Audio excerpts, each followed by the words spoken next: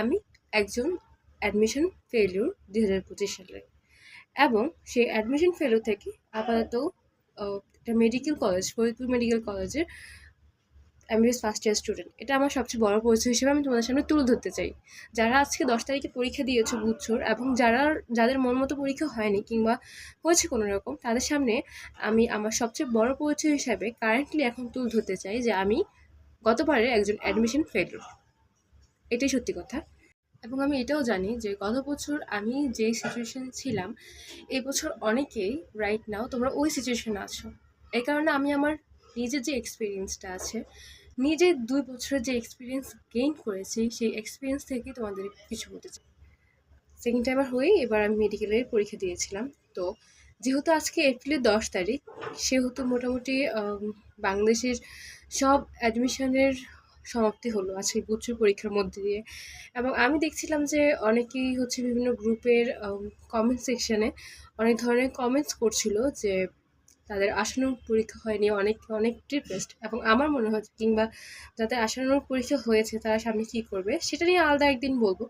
কিন্তু আজকে আপাতত তোমাদের ডিপ্রেশনটা যদি সামান্য পরিমাণ কমাতে পারি, তাহলে আমার খুব ভালো লাগবে। এই কারণে আমি নিজের ব্যক্তিগত এক্সপিরিয়েন্স থেকে তোমাদের কাছে জানতে এসেছি। আমি মূলত এসএসসি 24 ব্যাচের স্টুডেন্ট। তো যখন আমার অ্যাডমিশন শুরু হয়, আমি মেডিকেল অ্যাসপিরেন্ট ছিলাম।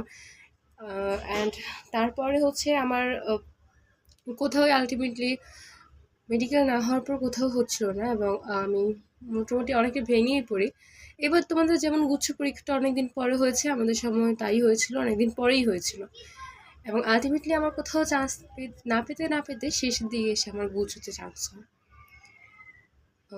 গুচ্ছতে চান্স হলে কি হবে, আমি শুধুমাত্র গুচ্ছতে এনএসটিউতে আমার চান্স হয়, কিন্তু আমি শুধুমাত্র প্রাথমিক ভর্তি হচ্ছে কমপ্লিট করেছিলাম, এবং আলটিমেটলি আর কোনো ভর্তি কমপ্লিট করিনি।